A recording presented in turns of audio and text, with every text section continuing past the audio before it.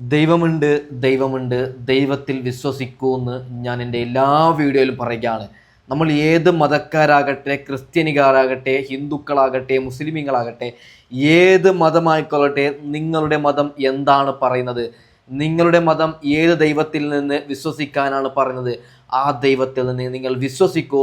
മൂന്നും ഒന്നും കൂട്ടിയാകുമ്പോൾ ഒരേ ദൈവമാണുള്ളത്. ആ ദൈവത്തിൻ്റെ പേര് മനുഷ്യ ദൈവമാണ്. നമ്മളെല്ലാവരും മുസ്ലിമീങ്ങളാകട്ടെ, ക്രിസ്ത്യാനികളാകട്ടെ, ഹിന്ദുക്കളാകട്ടെ, നമ്മളെല്ലാവരും വിശ്വസിക്കുന്നത് ഒരൊറ്റ ദൈവമാണ്. അതൊക്കെ കൂട്ടുമ്പോൾ ഒരേ ദൈവമാണ്. അതുകൊണ്ട് ദൈവത്തിൽ വിശ്വസിക്കൂ എന്ന് പറഞ്ഞിട്ട് ഞാൻ വിഷയത്തിലേക്ക് കടക്കുകയാണ്.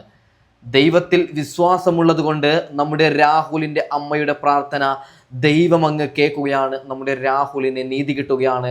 കേരളത്തിൽ ഓരോ അമ്മമാരും ഓരോ അച്ഛന്മാരും കരഞ്ഞുകൊണ്ട് ദൈവത്തോട് പ്രാർത്ഥിക്കുകയാണ്. ദൈവമേ, രാഹുലിന് നീതി കൊടുക്കണേ, ദൈവമേ, രാഹുലിന് സീറ്റ് കൊടുക്കണേ ദൈവമേ എന്ന് പ്രാർത്ഥിക്കുമ്പോൾ ആ ദൈവം അതിനുള്ള ഉത്തരം കൊടുക്കുകയാണ്. ആദ്യം ഉത്തരം കൊടുത്തത് നമ്മുടെ രാഹുലിനെ ഇത്രയും വലിയൊരു കേസിൽ നിന്ന് രക്ഷിക്കുകയാണ്. രണ്ടാമത് നമ്മുടെ രാഹുലിന് സീറ്റ് കിട്ടുമെന്ന ഞെട്ടിക്കുന്ന വിവരമാണ് വരുന്നത്. അതായത് വി ഡി സതീശൻ അറിയാതെ ചില കാര്യങ്ങൾ പറയുന്നു. ആ ഒരു വാക്ക് വി ഡി സതീശൻ പറയുന്ന ആ കാര്യം ഞാൻ സൈഡിൽ വെച്ചു തരാം. അത് കേൾക്കുമ്പോൾ ഓരോ മലയാളിക്കും ഒരു കാര്യം ഉറപ്പാവും, പാലക്കാടിൽ വലിയൊരു ട്വിസ്റ്റ് നടക്കാൻ പോവുകയാണ്. പാലക്കാടിൽ നമ്മുടെ രാഹുൽ മാങ്കൂട്ടത്തിന് സീറ്റ് കിട്ടാൻ പോവുകയാണെന്ന്. ആ വി ഡി സതീശൻ പറയുന്ന ആ ഒരു ക്ലിപ്പ്, ആ ഒരു വീഡിയോ ഞാൻ വെച്ചു തരാം. അതിനു മുമ്പ് എൻ്റെ പ്രേക്ഷകരോട് ഒരു ചോദ്യം ഞാൻ ചോദിക്കുകയാണ്. നിങ്ങൾ രാഹുലിനെ ഇഷ്ടപ്പെടുന്നവരാണോ? നിങ്ങൾ പേഴ്സണലി CPM-കാരായിരിക്കും, BJP-കാരായിരിക്കും, മുസ്ലിം ലീഗുകാരായിരിക്കും, അല്ലെങ്കിൽ കോൺഗ്രസ്സുകാരായിരിക്കും, അല്ലെങ്കിൽ പാർട്ടി ഉള്ളവരായിരിക്കും, പാർട്ടി ഇല്ലാത്തവരായിരിക്കും. നിങ്ങളുടെ മണ്ഡലത്തിൽ രാഹുൽ മാങ്കൂട്ടത്തിൽ നിന്ന് കഴിഞ്ഞാൽ നിങ്ങൾ രാഹുലിന് വോട്ടിടുമോ ഇല്ലയോ എന്നൊരു കമൻറ്റ് എൻ്റെ പൊന്നു പ്രേക്ഷകർ നിങ്ങൾ ഓരോരുത്തരും കമൻറ്റ് ചെയ്യണം. പിന്നീട് നിങ്ങൾ രാഹുലിനെ ഇഷ്ടപ്പെടുന്നവരാണെങ്കിൽ ഈ വീഡിയോ തീർച്ചയായിട്ടും ലൈക്ക് ചെയ്യണം. ഓക്കെ, അപ്പോൾ നമ്മൾ വിഷയത്തിലേക്ക് കടക്കാം. ആദ്യം വി ഡി സതീശൻ കുറച്ച് കാര്യങ്ങൾ പറയുന്നുണ്ട്. അതിനുശേഷം നമ്മുടെ രാഹുലിൻ്റെ പുതിയൊരു തീപ്പൊരി പ്രസംഗം വന്നിട്ടുണ്ട്. നമ്മുടെ രാഹുൽ പിണറായി വിജയനോട് ഇങ്ങനെ സംസാരിക്കുകയാണ്. കൈവിരൽ ഇങ്ങനെ ചൂണ്ടിയിട്ട് നമ്മുടെ രാഹുൽ 3 മിനിറ്റ് സംസാരിക്കുന്ന ഒരു തീപ്പൊരി പ്രസംഗമുണ്ട്. രാഹുലിനെ വിശ്വസിക്കുന്നവർ, രാഹുലിനെ ഇഷ്ടപ്പെടുന്നവർ ആ ഒരു പ്രസംഗം തീർച്ചയായിട്ടും കാണണം. വീഡിയോയുടെ അവസാന ഭാഗം ആ ഒരു പ്രസംഗം ഞാൻ വെച്ചു തരാം. നമുക്ക് ആദ്യം വി ഡി സതീശൻ എന്താണ് പാലക്കാടിനെ കുറിച്ച്, രാഹുലിനെ കുറിച്ച് പറഞ്ഞത് നമുക്കത് ജസ്റ്റ് ഒന്ന് കേട്ട് നോക്കാം. ഓക്കെ, ഈ പാലക്കാട് രമേശ് പിഷാരിയുടെ പേരൊക്കെ കേൾക്കുന്നു. നിങ്ങൾ തന്നെയല്ലേ ഓരോരുത്തരുടെ പേര് പറയണം, അതൊക്കെ എന്നോട് ചോദിക്കല്ലേ. തീരുമാനമൊന്നും ആയിട്ടില്ല, തീരുമാനം നമ്മുടെ ഒരു പ്രൊസീജിയർ ഉണ്ടല്ലോ, സ്ക്രീനിങ് കമ്മിറ്റിയിൽ വെച്ച് പിന്നെ അത് അവിടെ കൊണ്ടുപോയി അവിടെ നമ്മൾ പാലക്കാടത്തെ കാര്യത്തിലൊന്നും ഒരു തീരുമാനമായിട്ടില്ല. നമ്മൾ പലരെയും പരിഗണിക്കുന്നുണ്ട്, അതൊന്നും ഞാൻ ഇല്ലാന്ന് പറയുന്നില്ല. അദ്ദേഹം ഭയങ്കര പോസിറ്റീവായിട്ടാണ് അല്ല, അദ്ദേഹം വളരെ പോസിറ്റീവായിട്ടാണ് പറഞ്ഞത്. അദ്ദേഹം എന്താ പറഞ്ഞത്, കഴിഞ്ഞ പ്രാവശ്യവും അദ്ദേഹത്തിന്റെ പേര് ചർച്ചയിലുണ്ടായിരുന്നു. അതായത് അധികാരം ഇല്ലാത്ത കാലത്തും കോൺഗ്രസിന്റെ കൂടെ നിന്ന ഒരാളാണ് അദ്ദേഹം. അദ്ദേഹത്തിന്റെ പേര് പരിഗണിക്കുന്നു എന്നുള്ള അഭിമാനം കേട്ടോ. നിങ്ങൾ ഓരോരുത്തരും കേട്ടൊരു പേരായിരിക്കും. പാലക്കാടിൽ പിഷാരടി മത്സരിക്കുന്നു, പിഷാരടി സ്ഥാനാർത്ഥി എന്ന് പറയുന്നു എന്നാണ് കുറേ പേര് പറയുന്നത്. എന്നാൽ തെറ്റി എൻ്റെ പൊന്നു പ്രേക്ഷകരെ. ഇവിടെ വി ഡി സതീശൻ പറയുകയാണ് പാലക്കാടിൻ്റെ, അതായത് പാലക്കാടിൽ തീരുമാനമായിട്ടില്ല, വരുന്ന വാർത്തയൊക്കെ ഫേക്കാണ്, പിഷാരടി ഞങ്ങളുടെ ലിസ്റ്റിലുണ്ട്, അത് ശരി തന്നെയാണ്, പക്ഷേ അത് പാലക്കാടിലെന്ന് ഞങ്ങൾ ആരും പറഞ്ഞിട്ടില്ല എന്നാണ് ഇവിടെ ഈ പറയുന്ന വി ഡി സതീശൻ പറയുന്നത്. അതിൻ്റെ അർത്ഥം പാലക്കാടിൽ വലിയൊരു ട്വിസ്റ്റ് നടക്കാൻ പോവുകയാണ്. ആരാണ് രാഹുൽ മാങ്കൂട്ടത്തിൽ? രാഹുൽ മാങ്കൂട്ടത്തിൽ എന്നെപ്പോലെ, നിങ്ങളെപ്പോലെ, നമ്മളെപ്പോലെയുള്ള ഒരു ലോക്കലായിട്ടുള്ള ഒരു മനുഷ്യനല്ല. എന്നെ അടക്കം ഞാൻ ചെറുതാക്കിയതല്ല. ഒരു കാര്യം പറയുകയാണ്, ആരാണ് രാഹുൽ മാങ്കൂട്ടത്തിൽ? പാവങ്ങളെ സഹായിക്കുന്ന, അതായത് ഒരക്ഷരം പോലും തെറ്റാതെ തീപ്പുരിയായി പ്രസംഗിക്കുന്ന ഒരു നല്ലൊരു മനുഷ്യനാണ്. പാവങ്ങൾ ആരൊക്കെയുണ്ടോ, അവൻ BJP-കാരനാകട്ടെ, LDF-കാരനാകട്ടെ, UDF-കാരനാകട്ടെ, അവൻ പാവപ്പെട്ടവനാണെങ്കിൽ അവനെ സഹായിക്കുന്ന ഒരു പേരാണ് രാഹുൽ മാങ്കൂട്ടത്തിൽ. അതിനുശേഷം പിണറായി വിജയൻ എന്തെങ്കിലും ഒരു വൃത്തികേട് ചെയ്യുമ്പോൾ, എടാ പിണറായി നീ ചെയ്യുന്നത് വൃത്തികേടെന്ന് ആണത്തത്തോടെ വിളിച്ചു പറയുന്ന ഒരു മനുഷ്യനാണ് ഈ രാഹുൽ മാങ്കൂട്ടത്തിൽ. നമുക്ക് അദ്ദേഹത്തെ അക്ഷരം തെറ്റാതെ പറയാം, അദ്ദേഹം വലിയൊരു നേതാവാണ്, അദ്ദേഹം വലിയൊരു കോൺഗ്രസ്സുകാരനാണെന്ന് അക്ഷരം തെറ്റാതെ പറയാം. അത്രയും വലിയൊരു നേതാവാണ് ഈ പറയുന്ന രാഹുൽ മാങ്കൂട്ടത്തിൽ. രാഹുൽ മാങ്കൂട്ടത്തിൻ്റെയും ഷാഫി പറമ്പിൻ്റെയും 2 പേരുടെയും കഴിവ് കൊണ്ടാണ് ഈ പറയുന്ന നമ്മുടെ ഈ രാഹുൽ മാങ്കൂട്ടത്തിൽ കോൺഗ്രസിനെ വലിയ രീതിയിൽ, നിങ്ങൾ ഒരു കാര്യം മനസ്സിലാക്കണം, കഴിഞ്ഞ 10 വർഷമായിട്ട് ചിത്രത്തിൽ കോൺഗ്രസ് ഇല്ല. എന്നാൽ നിലവിൽ എല്ലാ സർവേയും പറയുന്നത് കോൺഗ്രസ് ജയിക്കും. ഇത് വി ഡി സതീശൻ്റെ കഴിവല്ല. ഇത് നമ്മുടെ രാഹുലിൻ്റെയും ഷാഫി പറമ്പിലിൻ്റെയും അധ്വാനമാണ്. രാഹുലിന് കേസായിട്ട് ഏകദേശം 1 കൊല്ലം 1.5 കൊല്ലം ഈ ഇടയിലല്ലേ രാഹുലിന് കേസായത്. കഴിഞ്ഞ 9 വർഷമായിട്ട് രാഹുൽ കോൺഗ്രസ് പാർട്ടിക്ക് വേണ്ടിയിട്ട് നിലവിളിക്കുകയും സമരം ചെയ്യുകയും കോൺഗ്രസ് പാർട്ടിനെ ഈ നെഞ്ചിൽ വെച്ചുകൊണ്ട് എത്രയോ കള്ളക്കേസ് നമ്മുടെ രാഹുലിനാവുകയാണ്. അതുകൊണ്ടാണ് രാഹുലിനെ മത്സരിപ്പിക്കണമെന്ന് പറയുന്നത്. ഈ രാഹുലിന് ഞങ്ങളൊക്കെ എല്ലാ വീഡിയോ ഇട്ട് പറയുകയാണ്, രാഹുലിന് സീറ്റ് കൊടുക്കണം. എന്തിനാണ് പറയുന്നത്? നിയമസഭയിൽ നമ്മുടെ രാഹുൽ വേണം. ഇപ്പോൾ ആര് മുഖ്യമന്ത്രി VD സതീശനാവട്ടെ, പിണറായി വിജയനാവട്ടെ, K സുരേന്ദ്രനാവട്ടെ, രാജീവ് ചന്ദ്രശേഖരനാവട്ടെ, ആരുമാവട്ടെ, അവർ തെറ്റ് ചെയ്യുമ്പോൾ അതിനെ ചൂണ്ടിക്കാണിക്കുന്ന ഒരു യുവാവ് നിയമസഭയിൽ വേണം. അതിന് ആണത്തത്തോടെ നമുക്ക് വിളിക്കാം. അവൻ്റെ പേര് രാഹുൽ മാങ്കൂടത്തിലാണ്. ആ രാഹുൽ മാങ്കൂടത്തിൽ നിയമസഭയിൽ എത്തേണ്ടത് എൻ്റെയും നിങ്ങളുടെയും ഓരോരുത്തരുടെയും അവകാശമാണ്. അതായത് നമുക്കൊരു ആരെങ്കിലും നമ്മളെ വന്ന് ആക്രമിക്കുമ്പോൾ, ആരെങ്കിലും നമുക്കെതിരെ ഈ രാജ്യത്തിൽ നിന്ന് ഓടണം, അല്ലെങ്കിൽ നിങ്ങൾക്ക് നാളെ മുതൽ 1 കിലോ അരിക്ക് 200 രൂപ നിങ്ങൾ കൊടുക്കണം, അങ്ങനെ ഒരു നിയമം കൊണ്ടുവന്നാൽ അതിനെ ചൂണ്ടിക്കാണിക്കുന്നു. അത് തെറ്റാണ്, ആ നിയമം കൊണ്ടുവരണ്ട എന്ന് പറയുന്ന ചങ്കൂറ്റം ഇന്ന് കേരളത്തിലുള്ളത് രാഹുൽ മാങ്കൂട്ടത്തിൽ മാത്രമാണ്. അതുകൊണ്ടാണ് രാഹുലിന് എത്രയും പെട്ടെന്ന് നിങ്ങൾ വിജയിപ്പിച്ചുകൊണ്ട് നമ്മുടെ രാഹുലിന് വോട്ടിടണം, നമ്മുടെ രാഹുലിന് സീറ്റ് കൊടുക്കണം. കോൺഗ്രസ് നമ്മുടെ രാഹുലിന് സീറ്റ് കൊടുത്തിട്ട് ില്ലെങ്കിൽ നമ്മുടെ രാഹുൽ സ്വതന്ത്രനായി നിൽക്കണമെന്ന് പറയുന്നത് ഇതിന് മാത്രമാണ്. എൻ്റെ പൊന്നു പ്രേക്ഷകരോട് ഒരു കാര്യം കൂടി പറയുകയാണ്, ദയവ് ചെയ്ത് ഈ ചാനൽ ഒന്ന് സബ്സ്ക്രൈബ് ചെയ്യണം. സബ്സ്ക്രൈബ് ചെയ്താൽ നമ്മുടെ രാഹുലിൻ്റെ നിരപരാധി 4 ആളിലേക്ക് അറിയപ്പെടും, ഈ വീഡിയോ 4 ആളിലേക്ക് എത്തപ്പെടും. ഓക്കെ, ഞെട്ടിക്കുന്ന ഒരു വീഡിയോ കൂടി വന്നിട്ടുണ്ട്, നിങ്ങൾ ഓരോരുത്തരും കേൾക്കണം. അതായത് കഴിഞ്ഞ 2 ആഴ്ചയായിട്ട് ഞാനും നിങ്ങളും കാണുന്ന വലിയൊരു നാടകം. ആരോഗ്യമന്ത്രി വീണ ജോർജ് എന്നെ ആക്രമിച്ചു, എന്നെ കോൺഗ്രസ് പ്രവർത്തകർ കൊല്ലാൻ നോക്കി എന്നൊക്കെ പച്ചക്കളവ് പറഞ്ഞ വീണ ജോർജിന് ഇന്നലെ വലിയൊരു ഫംഗ്ഷനിലേക്ക് വിളിക്കുകയാണ്. എന്തോ ഒരു സംഗതി ഉദ്ഘാടനത്തിന് വീണ ജോർജിനെ വിളിക്കുകയാണ്. സത്യം പറഞ്ഞു കഴിഞ്ഞാൽ ആ ഉദ്ഘാടനം കാണാൻ 10 പേര് പോലും ഇല്ല എന്നതാണ്. ആ കടയുടെ ഉടമയും പിന്നീട് കടയുടെ ഏറ്റവും അടുത്ത 4-5 പേർ മാത്രം വന്നു. ആ കടയുടെ ഉടമ ഏകദേശം 2000-ഓളം കാണികളെ ഇരുത്താനുള്ള വലിയൊരു സ്റ്റേജ് റെഡിയാക്കുകയും വലിയൊരു ഗ്രൗണ്ട് റെഡിയാക്കുകയും ഏകദേശം 2000 പേര് ആ ഗ്രൗണ്ടിനകത്ത് ഇരിക്കുന്ന അത്രയും വലിയൊരു ഗ്രൗണ്ട് റെഡിയാക്കി ആരോഗ്യമന്ത്രിയായ വീണ ജോർജിനെ വിളിക്കുകയാണ്. സത്യം പറഞ്ഞു കഴിഞ്ഞാൽ 10 പേര് പോലും വന്നിട്ടില്ല എന്നതാണ് സത്യം. അതിൻ്റെ ഒരു ഞെട്ടിക്കുന്ന ഒരു വീഡിയോ ക്ലിപ്പ് ഒരു യുവതി ക്ലിയറായി കൃത്യമായിട്ട് പറയുന്നുണ്ട്. നമുക്കതൊന്ന് കേട്ട് നോക്കാം.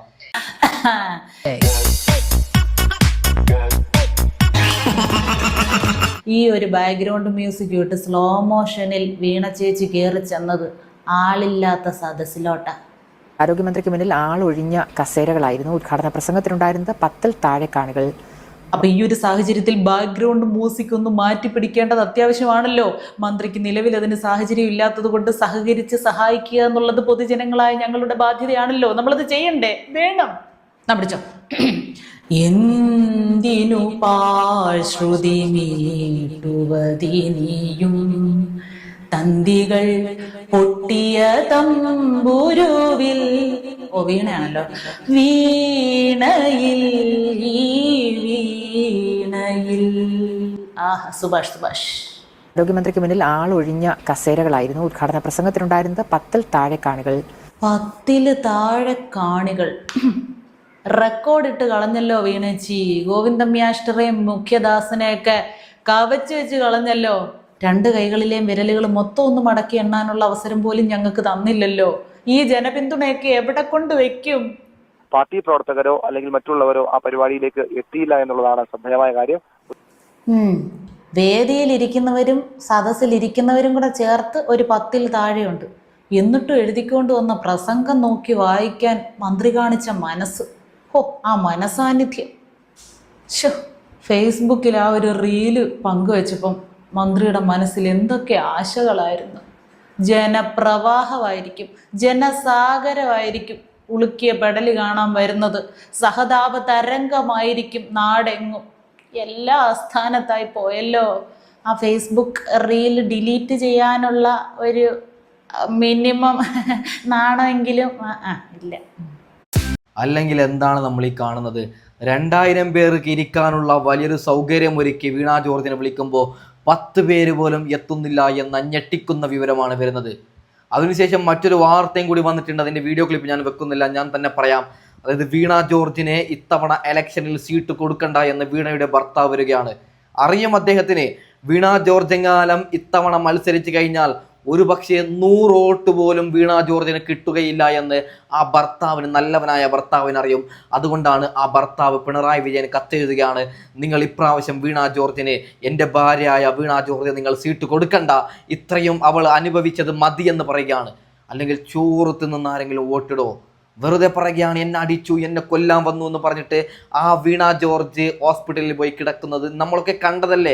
നാണമുണ്ടോ? അങ്ങനെ വെറുതെ പച്ചക്കളവ് പറഞ്ഞിട്ട് വോട്ട് പിടിക്കാൻ നാണമുണ്ട്. അതുകൊണ്ടാണ് ആ ഭർത്താവ് പറഞ്ഞത്, ഇനി വേണ്ട, രാഷ്ട്രീയ കളി വേണ്ട, ഇന്നത്തോടെ നിർത്തുന്നു, മതി വീണ എന്ന് ആ പൊന്നു ഭർത്താവ് പറയാനുള്ള കാരണം അതാണ്. ഓക്കെ, അപ്പോൾ ഞെട്ടിക്കുന്ന നമ്മുടെ രാഹുലിൻ്റെ തീപ്പൊരി പ്രസംഗം നിങ്ങൾ ഓരോരുത്തരും കേൾക്കണം. ഞാൻ ഇടപെടുന്നില്ല, അത് ഞാൻ ഒന്ന് വെച്ച് തരാം. ഓക്കെ, ഇതിന്റെ അടിസ്ഥാനം എന്താണ് സാർ? ഇതിന്റെ അടിസ്ഥാനം എന്താണ്? നമ്മൾ വിചാരിക്കും ഈ നിയമം കൊണ്ടുവന്നതിന്റെ അടിസ്ഥാനം എന്താണ്? അടിസ്ഥാനം എന്ത്? കഴിഞ്ഞ കേരള സർവകലാശാല തെരഞ്ഞെടുപ്പ്, ആ തെരഞ്ഞെടുപ്പിൽ SFIക്ക് വിചാരിച്ച മുന്നേറ്റം ഉണ്ടാക്കാൻ പറ്റിയില്ല. അപ്പൊ SFIയുടെ സഹാക്കന്മാരെന്ത് ചെയ്തു? കുട്ടി സഹാക്കന്മാരല്ലോ, അവന്മാരെന്ത് ചെയ്തു? കുറെ ബാലറ്റ് പേപ്പർ എടുത്ത് കഴിച്ചു, അങ്ങ് തിന്നു. അപ്പൊ കഴിച്ചു കഴിഞ്ഞപ്പോഴും ജയിക്കുന്നില്ല. അങ്ങനെ വന്നു കഴിഞ്ഞപ്പോ ബഹളമായി. അപ്പൊ ബഹളമായി കഴിഞ്ഞപ്പോ ബാലറ്റ് പേപ്പറിന്റെ ബാലൻസ് ശരിയാകുന്നില്ല. അപ്പൊ എന്ത് ചെയ്തു? രജിസ്ട്രാർ പറഞ്ഞു ആ SFIയെ ജയിപ്പിച്ചതായിട്ട് പ്രഖ്യാപിക്കണമെന്ന് പറഞ്ഞു. VC പറഞ്ഞു സമ്മതിക്കില്ല എന്ന് പറഞ്ഞു. SFIക്കാരൻ ബാലറ്റ് പേപ്പർ തിന്നിട്ട് പോലും SFIക്കാരൻ ജയിച്ചു എന്ന് എഴുതി കൊടുക്കാത്തതിന്റെ കലിപ്പ് പൊടിക്കൊന്ന് കലിപ്പടങ്ങണം. ഈ രജിസ്ട്രാർ കലിപ്പ് പൊടിക്കൊന്നടങ്ങണം എന്ന് പറയുവാൻ ആഗ്രഹിക്കുകയാണ്. ഇനിയും വൈസ് ചാൻസലറുടെ ശുപാർശയില് നേരത്തെ പ്രോ വൈസ് ചാൻസലർ എന്ന് പറയുന്ന പൊളിറ്റിക്കൽ പോസ്റ്റായി മാറി. ആ പ്രോ വൈസ് ചാൻസലറെ ഇനി നിയമിക്കാൻ പോകുന്നത് സിൻഡിക്കേറ്റ് ആണ്. അപ്പൊ പൊളിറ്റിക്കൽ ഡിസിഷൻ ആണ്. ഈ പ്രോ വൈസ് ചാൻസലറുടെ യോഗ്യത നേരത്തെ പ്രൊഫസർഷിപ്പ് ആയിരുന്നു, അതങ്ങ് മാറ്റി. ഇപ്പൊ എന്താ? അസിസ്റ്റന്റ് പ്രൊഫസറാണ്. അതായത് പ്രൊഫസർമാര് പങ്കെടുക്കുന്ന യോഗത്തെ പ്രിസൈഡ് ചെയ്യുന്നത് അസിസ്റ്റന്റ് പ്രൊഫസർ മാത്രമായ PVC ആകുന്നത് എവിടുത്തെ ന്യായമാണ് സാർ? എന്തൊരു ന്യായമാണ് സാർ? എന്തൊരു നീതികേടാണ് സാർ? ഇനിയിപ്പോ രാഹുൽ പ്ലീസ്, ഞാൻ സമയത്തില്ല സാർ. അപ്പോ അപ്പോ ഇത് നമ്മൾ തൊട്ടു മുമ്പ് ഇറക്കിയ സ്വകാര്യ സർവകലാശാല, ആ സ്വകാര്യ സർവകലാശാലയുടെ പ്രത്യേകത എന്താ? ആ സ്വകാര്യ സർവകലാശാലയിലെ അധികാരങ്ങളെല്ലാം VC ഏൽപ്പിച്ചു. ഇവിടെ എന്താ? VCയുടെ അധികാരങ്ങളെല്ലാം വെട്ടിച്ചുരുക്കുന്നു. അപ്പൊ വൈസ് ചാൻസലർ അധികാരങ്ങളെ വെട്ടിച്ചുരുക്കി ആ അധികാരങ്ങൾ മുഴുവൻ മന്ത്രിക്ക് അടക്കി വാഴുവാൻ വേണ്ടിയിട്ടാണ് ഈ നിയമങ്ങളിലെ ഭേദഗതികളെല്ലാം വരുത്തിയിരിക്കുന്നത്. എന്തെങ്കിലും ചോദിച്ചു കഴിയുമ്പോൾ മന്ത്രി എന്താ പറയുന്നത്? മന്ത്രി പറയുന്നത് കൽപ്പാന്ത കാലത്തോളം മന്ത്രി R. ബിന്ദു അല്ല കേരളത്തിന്റെ ഉന്നത വിദ്യാഭ്യാസ വകുപ്പ് മന്ത്രി. അത് ഞങ്ങൾക്കറിയാം മിനിസ്റ്ററെ. അത് മിനിസ്റ്റർക്ക് ബോധ്യമുള്ളതിനേക്കാൾ ഞങ്ങൾക്ക് ബോധ്യമുണ്ട്. നിങ്ങളുടെ ഉന്നത വിദ്യാഭ്യാസ വകുപ്പ് മന്ത്രി സ്ഥാനം 8 മാസം കൂടെ ഉള്ളൂ. അത് കഴിയുമ്പോൾ UDFന്റെ മന്ത്രിസഭയിൽ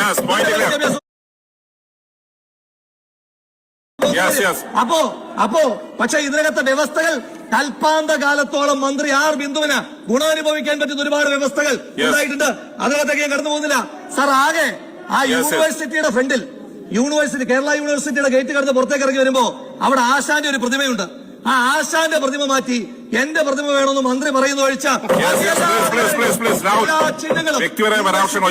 മന്ത്രിയിലേക്ക് നിക്ഷിപ്തപ്പെടുത്തുവാൻ വേണ്ടിയിട്ടുള്ള കുടില ശ്രമങ്ങളാണിത്.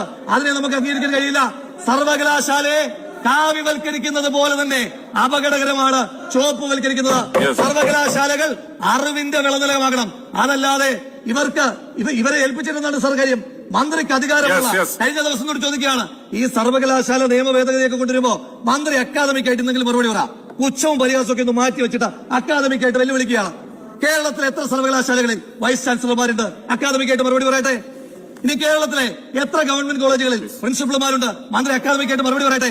ചോദ്യം ചോദിക്കുമ്പോ ഈ വൈകുന്നേരം റീൽസ് ഇടാൻ വേണ്ടിയിട്ട് എന്തെങ്കിലും പുച്ഛം വാരി വിതർന്നല്ലാതെ അക്കാദമികായ ചോദ്യങ്ങൾക്ക് അക്കാദമിക്കായിട്ട് മറുപടി പറയാൻ ഒരു അധ്യാപിക കൂടിയായിരുന്ന കേരളത്തിന്റെ ഉന്നത വിദ്യാഭ്യാസ വകുപ്പ് മന്ത്രി തയ്യാറാകണമെന്ന് വളരെ സ്നേഹത്തോടുകൂടി അഭ്യർത്ഥിച്ചുകൊണ്ട് ഞാൻ ഇതിനെ എതിർക്കാണ് സാർ. കേരളത്തിലെ ക്യാമ്പസുകളെ, കേരളത്തിലെ സർവകലാശാലകളെ SFIയുടെ യൂണിറ്റ് കമ്മിറ്റി ആഫീസുകളാക്കാനും CITക്കാർക്ക് ഈ നീക്കത്തെ നമ്മൾ എന്ത് വില കൊടുത്ത് തടയണം.